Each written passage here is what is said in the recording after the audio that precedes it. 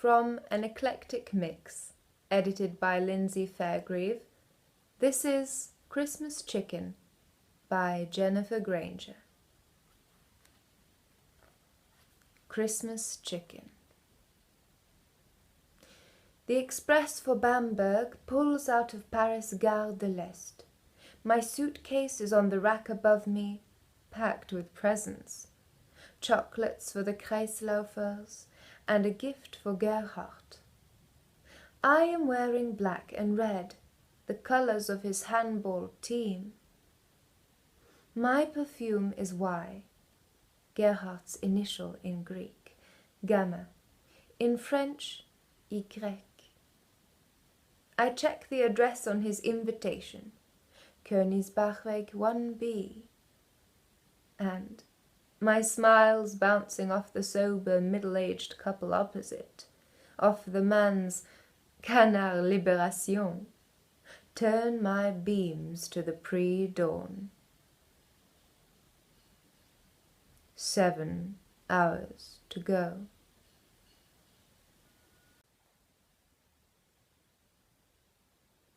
He said he was Gerhard Kreislaufer, a trainee judge on an exchange visit for the semester. Kreislaufer is not a usual German name. It means circle runner. He dug into his breast pocket and, with a jokey smile, held me out his passport. His photo showed him to be strikingly handsome. The young woman in a second photo I paged through was not, as I thought, his wife, but his sister. The small girl in her lap, her daughter. In Germany we carry photos of family in our passport, for reasons of reunification. Did he have a girlfriend in Germany? Handsome men from abroad were never without. He shook his head, slowly searching. No, I have no one. There is a friend of the family, but she is only a friend. The unoccupied house in the late Wellington suburbs teemed with students and gate-crashers, gallons of booze and chain-smoking. It was hard to get a conversation going past an introduction, but a week later, on the stairs coming out of the campus coffee shop, my path recrossed with the visitor from Bamberg, Gerhard Circle Runner. He picked up the tail of my shiny black hair and examined it closely. Oh, thank you for washing it for me. He teased me, smiling. What was his life like back home in Germany? As we strolled side by side towards the sunken gardens Greek arena, Gerhard bent his head, his face in shadow. My family life has been unhappy. I was born to bring my parents together after the war separated them, and I did not succeed. My mother had something to do with an American while my father was in Stalingrad. Nearing the car park, he looked up. His eyes had a blue light. I play handball in the national student team. I'm considered a sports hero at my university. Do you see that meter there? I can jump over it. He sprang and in 3 bounds leapt over a parking meter at the edge of the lawn. I caught up with him on the far side of the tarmac. What made him want to be a judge? It's a family tradition. My father is one. I wanted to become a monk. How did he know God existed? The sunken arena came into sight. Gerhard spread his hands apart and measured a distance, so, perpendicular to his solar plexus. I can see only so far. I am attracted to the ideal of human sacrifice, but a friendly father of the church. Friendly. He showed friendship after activities, mass and choir, He persuaded me I was not made to be a priest. I am too realistic. He gave a short laugh. I once wrung a chicken's neck. No, I stopped. Where was it? Why? It was in a group on a farm in Germany. It had to be done, and I was chosen. 6 hours to go. The forest of the French Ardennes flashes past my window in the winter light.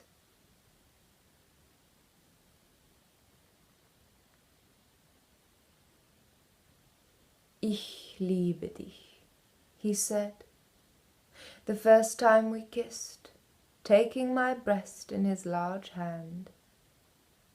I have reserved a place for us to be alone.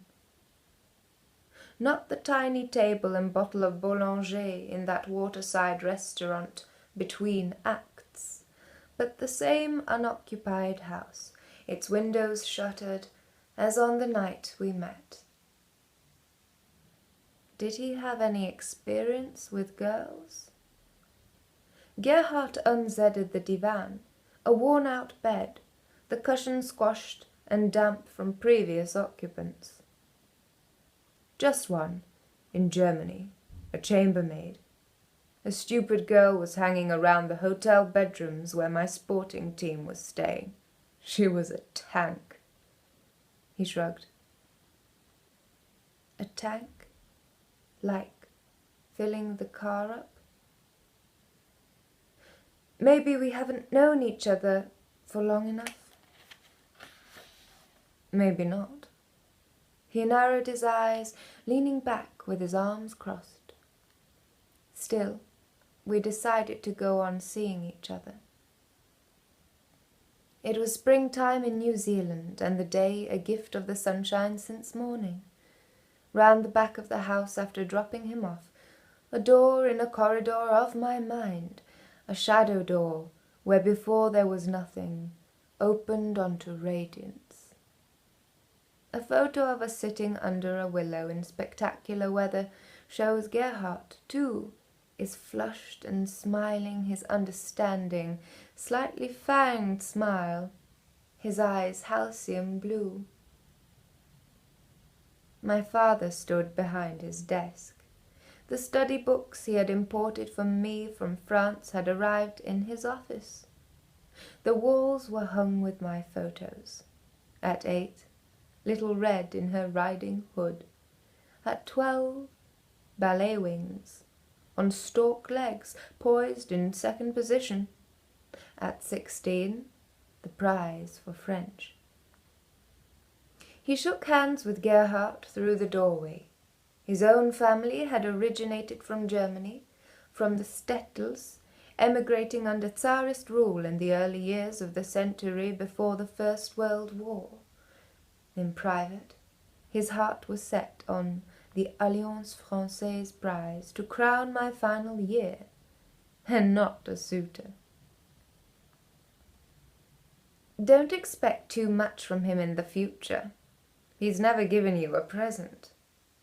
My mother turned her back to me as she lined up the wine glasses, one after the other in the cabinet after dinner.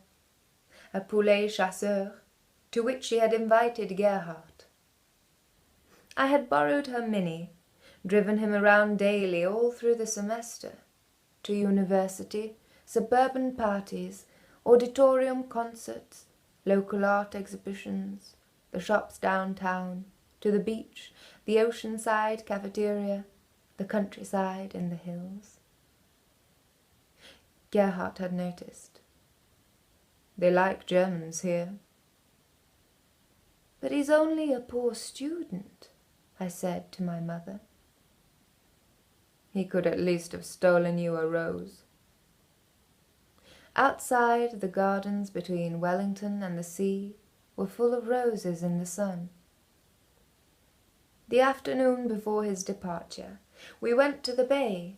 I watched as he ran in circles clockwise and anti-clockwise at the water's edge, stamping his initial on the sand, godlike in Greek, Gamma, for Gerhard. Why? then lighting a Camel cigarette. "This'll be our last," I sang to myself. He picked up a rusty old wire mesh caught on a fallen tree trunk. He held the rusty net above my head and, with raised eyebrows, mimed admiration of his bride in her wedding veil. His joke cut deep, mocking my hopes, though I said nothing.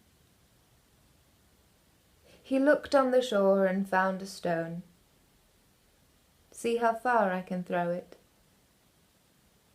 Flung by a handball athlete, the stone spun in a giant arc over the water, disappearing on the rise long before its summit. I felt my being was its dead weight.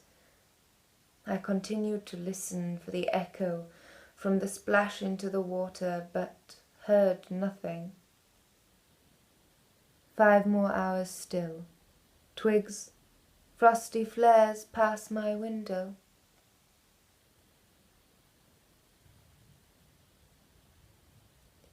But soon a letter card with love and kiss crosses arrived in the box at the foot of the garden. "Mein Liebling, my darling, I don't want to leave an image of an irresponsible Gerhard playing with your feelings. Not worth being present any longer. A shut casebook. Gerhard loves Wren, even though his behavior can be interpreted as proving the opposite. There are 1,000,000 girls in New Zealand and only one Wren. Kusse mal 1000, dein Gerhard." His letters in pale blue ink on pale blue airmail paper came sometimes from Bamberg, where he studied, sometimes from Hanover, where he played handball. Between the red-letter days, through my lonely second semester, I read Thomas Mann and Günter Grass, even learning by heart, although I never had taken the language.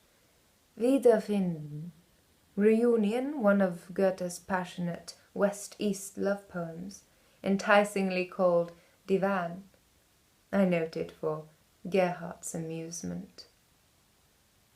"Mein Liebling, my darling, you need holidays and a change of surroundings urgently. Why don't you fly away on your magic divan and bring it down to Hanover? Bitte, bitte, ich habe dich immer noch mein Lieb. In evermore love forever, dein Gerhard, Kusse mal 1000.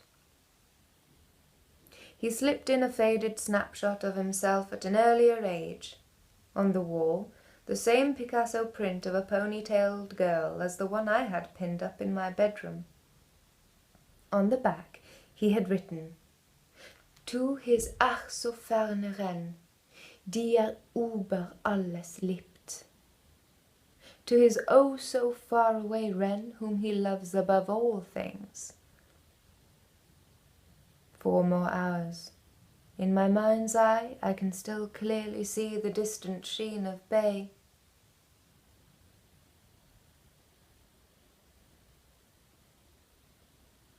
The Alliance Francaise prize passed me by, but an assistantship would give me a year at the lycée in Paris. My father said it was some consolation. "I know a girl who was an au pair last year in Paris." Mrs. B., a friend of my parents, dipped into the chicken liver pâté at a midsummer Christmas party where my mother had instructed me to make myself look as beautiful and as marriageable as possible. With a count and countess who live near the Champs-Élysées. At present, they are looking for a new girl from New Zealand. If she could put me in touch, I would jump at the job offer. I would write to say that I could leave for France without delay. Mein liebster Schatz, my dearest treasure. The news I had got the au pair job and would soon be in Europe reached Gerhard on his birthday. This is the most wonderful present I have ever been given. I love you, and I know you love me. I am in bed with a handball injury, and I am imagining it is Wren knocking on my door. Don't you want to see the patient? Please write as soon as you are in Paris. Ich habe dich unwahrscheinlich lieb, with my truly incredible love. Kusse mal 1000, dein Gerhard. My mother didn't like it, and my father stormed about the airfare, but I packed all my belongings into a light suitcase and went. In only 3 more hours I will be with mein Herz. My heart sings.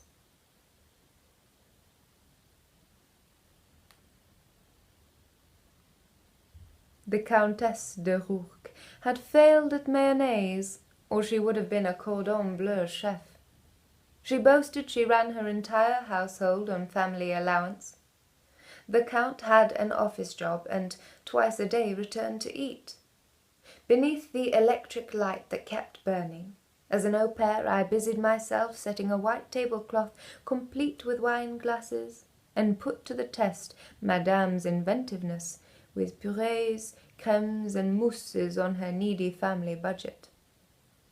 I grew fat, caught la rougeole, not that medieval pock-marking disease, the children's measles, and overlooked answering a letter from Gerhard. He wrote a second in his charming, German-sounding English. Was ist los? What's up? No letter from Wren when I got back to Hanover? Didn't you get mine? Mein Liebling, my darling, I know you are living in one of the most distinguished parts of Paris, near the Champs-Élysées, and at the address of a count and countess. Is that why you don't want me coming? This time I am really worried. Last night in a dream I was jealous of my best friend because of you. I am very much in love with you. I am counting the minutes. In Liebe, dein Gerhard, Kusse mal 1000. I was earning nothing, and I worried about my lack of independence, but took comfort not so much from his 1000 Kusse as his jealousy. My dearest, I wrote from the Countess's parents' hunting lodge in the provinces on holiday with the family. The family have 6 chateaux, as well as the hunting lodge. But don't be jealous. All I do is take the children on promenades under tree arches alongside plum orchards. Madame has promoted me from eating poule au pot with the serfs in the kitchen to the main table. I have arranged with them to take a few days off to meet you in Paris, my many-mirrored love. Gerhard drove non-stop from Bamberg in a car borrowed from his father, pleading a sports trip to Hanover. He looked fussed and nonplussed. The distinguished Champs-Élysées address was a dingy ground-floor apartment, with only one blind view, onto the walls of a narrow passageway between grey blocks. His ferne Geliebte, far-away beloved, with connections among European aristocracy, a Gastarbeiter, an immigrant maid in the service of pauperized Parisians. I explained in haste. The hereditary title of nobility was Irish, and the Count, a potato-famine émigré, just a poor clerk, although Madame came from landed gentry. I thought your hair was black, he said, as though I had taken him in. My hair colour had reverted from the dyed raven he admired to its natural sparrow brown. He went to bathe. He stayed so long I forgot he was there. I opened the door. I had never seen a man afloat in a tub before, but something, it seemed, was missing. Gerhard came out in a foul temper, his sculpted features contorted, ready to get into his car and drive back. I barred his 6-footer's way. "Don't be ridiculous. I forgot you were there." "You forgot I was there?" He looked puzzled.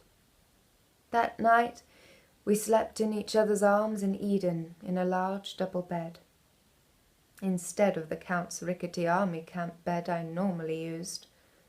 Outside on the Champs-Élysées, the crowds mixed with pickpockets, hung around the cinemas and cafes, whilst luxurious rented cars passed by the hotels and nightclubs.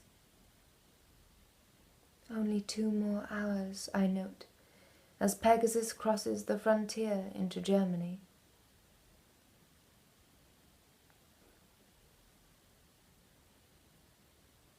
Visiting Paris for the first time, Gerhard found his way with amazing ease around the labyrinthine Quartier Latin back to the Luxembourg Gardens. When the métro came above over the new reconstructed bridge at Bastille, jeder druckt der Händer, deutlich mir's beschrieb. Every hand-clasp shows it clearly, goes the Merry Widow song. We held hands across our jump seats at a fairground and gazed into each other's eyes, Gerhard's, a rainbow blue, even more in love than before. "Would you and Gerhard like to come out for a stroll and an ice cream on the Champs-Élysées?" "Coucou, me voilà!" The Count returned alone and unannounced from the holiday. Was it to check I hadn't done anything Gerhard would regret? The Count said he had just been away for the weekend and had to go back to work. Ice cream cones in hand, and walking 3 abreast on the boulevard, we had not gone as far as the Arc de Triomphe when, a poule de luxe, a prostitute wearing haute couture and reeking of perfume on the beat, pulled the Count's sleeve. "Tu viens, chérie?" "Coming, darling." He spoke aside to her. "Tell Gerhard." He made a particular point of asking me to translate. "I told her I would pay her not to do this work." Gerhard left, and the Count appeared thoughtful. It was not his habit to talk to the au pair, but he wanted to give me some advice. "That young man, German, is strapping enough, no question. But don't let that take you in. He is docile. Attention, Ren, be careful. I know something about psychology. Nothing can be more terrible than a docile person." Gerhard had once wrung a chicken's neck was all I could think of. It had to be done, and he had been chosen. "Almost there," I hummed to myself, putting on my paradise lipstick in the pale window. "Just 1 more hour."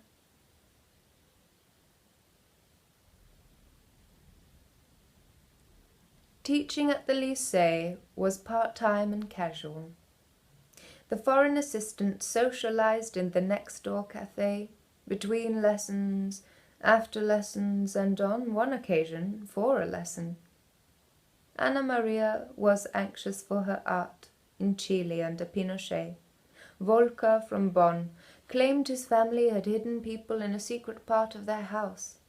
Marcel, a monitor, who had taken part in the student uprisings in '68 a few years previously, and whose memories were of his father standing upright on his bed night after night, years after being deported, said in private he did not trust the Germans.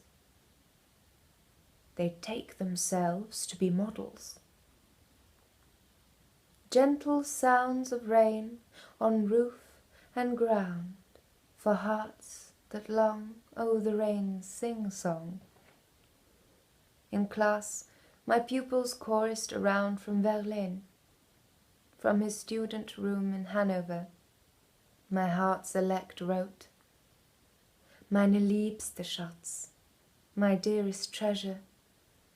I won money with my handball team, money for your trip to Bamberg for Christmas. Kusse mal 1000, dein Gerhard. I had a little money of my own to pay for my train ticket. Anticipating a party, I tried on my new black and red ensemble. Oh, que je suis jolie! I preened before Madame's pinewood commode mirror. My suitcase was ready.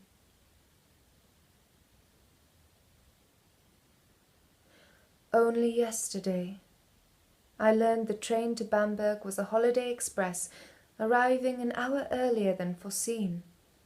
I had not been able to contact darling Gerhard to warn him of the change in my arrival. Still, at most, it would mean a wait at Bamberg station. In the small hours of the morning, I quietly close the door and leave for the Gare de l'Est. France crosses over into Germany outside.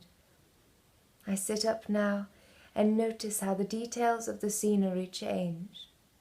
The land wider, rolling between scattered brown villages around church spires.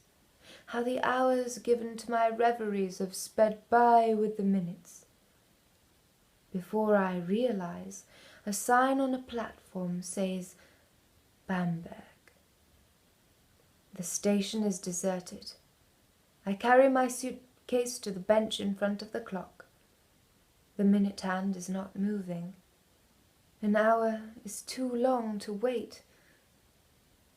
My need to see Gerhard is urgent. I will, I decide, take a taxi to the address on his invitation, the address I have sent letters to, Königsbachweg 1B. In a quiet city street, I hand over the fare, enter a double doorway, and climb a flight of stone steps. A woman I take for the chow lady is mopping before an open door on the second-floor landing. She stops to watch the girl with the suitcase climbing. There is no link possible between her hostile features and my fair Apollo, but I have prepared to say, Guten Tag, ist Gerhard zu Hause? Ich bin Ren, aus New Zealand. She moves back through the door and speaks to someone. Then she gestures and allows me to cross the mopped threshold of the apartment. At the far end of a narrow corridor stands Gerhard in his vest, before a mirror and a tiny wash basin. He is shaving to come to the station, for me. At my sight, he looks caught at bay, frozen, his razor suspended mid-air. Soon, the woman, Gerhard's mother and Gerhard, are shaking up a goose-feather duvet in a child's bedroom. You will be tired after your long journey all the way from New Zealand, says Frau Kreislaufer. She is kind, but I am not a bit tired. I have come this morning from Paris. I am talking into thin air. There is no escape. I would like a cup of tea, but don't know how to go about asking for one from inside the bedroom where I am shut away. At last, I hear a knock on the other side of the door. It is Gerhard. He leads me to a sitting room, vast and empty but for a divan that seems to have landed there, in a corner, a plastic Christmas tree, bare but for a tinsel star. The Christmas tree is for Erica, the little girl on his passport. Ren, hast du Heimweh? Mutti said I was in bed in her room in the morning because I was homesick. For lunch, Gerhard takes me to the students' canteen. We eat side by side in silence amid the clatter of dishes and hubbub. He seems aloof. He pushes in front of me as we leave, saying, "Walk behind me." I see from behind his walled back and sports hero's head held high how the seated dark-haired girls roll their eyes heavenwards as he passes them by, beating their eyelashes and sighing afterwards. He has something to do at his aunt's. Then we visit Sabina, his married sister, a kindly wife who speaks no English and who serves me a dish of Schwarzwälder Kirschtorte, which I balance on my knees. "Ja, ich habe es gemacht," she says from a dark alcove where she and Gerhard exchange a few words, stand by, and watch. Since this morning, Gerhard has not touched me or given any sign of love or welcome. But in the evening, back at the Kreislaufers, in an unused room, the window blinds lowered and dust covers over a few pieces of furniture, we sit on the divan and, in the sheltered light, gaze once more into each other's eyes, Gerhard's beacon blue, as he takes my hand in his. "Your love is the best kind of love a man can have." Sausage meat is a speciality in Bamberg. Frau Kreislaufer speaks English well. Herr Kreislaufer, not at all. She has a sweet voice. Can she sing? Gerhard is pleased to translate for him. His mother clears the dishes away. His father beckons to him from the far side of the table. He wants to see Gerhard. Something between them, I suppose. I will be alone for a while. I wander to the kitchen. Can I be of help? The small kitchen is taken up by Frau Kreislaufer peeling a mountain of potatoes into the sink, her short knife making them jump out of their skins as if alive. "Do you speak French as well?" "A little," the woman replies, and after a pause, "Erika will learn English too, but French before English. The English are no longer powerful.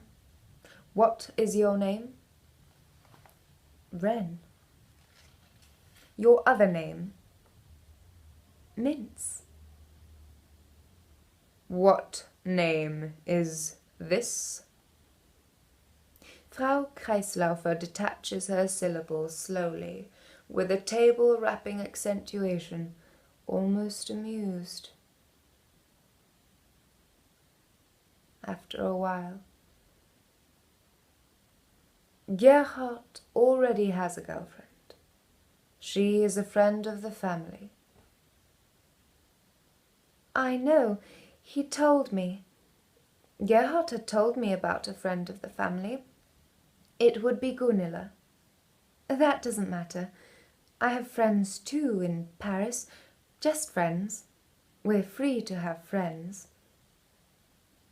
The potatoes are rinsed.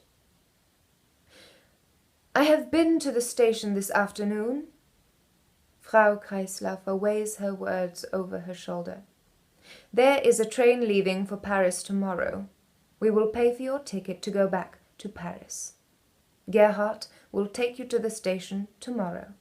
Gerhard will put you on the train to go back to Paris." She turns her back to me as she opens the kitchen window. But I've only just arrived. Gerhard invited me for Christmas. It's not Christmas yet. It's 2 days away. Outside, I see 3 unplucked chickens strung up on a line against a cold grey sky. Their blind heads sway on the end of wrung lip necks, their red feet pressed together as if they are praying. At that instant, the sky is sheeted with snow. They say you have to go. I'm in trouble with my parents because you came. I plan to have you stay secretly with my married sister, Sabina. Gerhard emerges red-eyed from the talk with his father. Why didn't you stand up for us? Why didn't you defend us? I would have defended us if I had seen the enemy, but the enemy was nowhere. He pretends to look for the hidden enemy in the corners of the bedroom and nods. It was my mother, I know. She would force my father. You don't know my mother.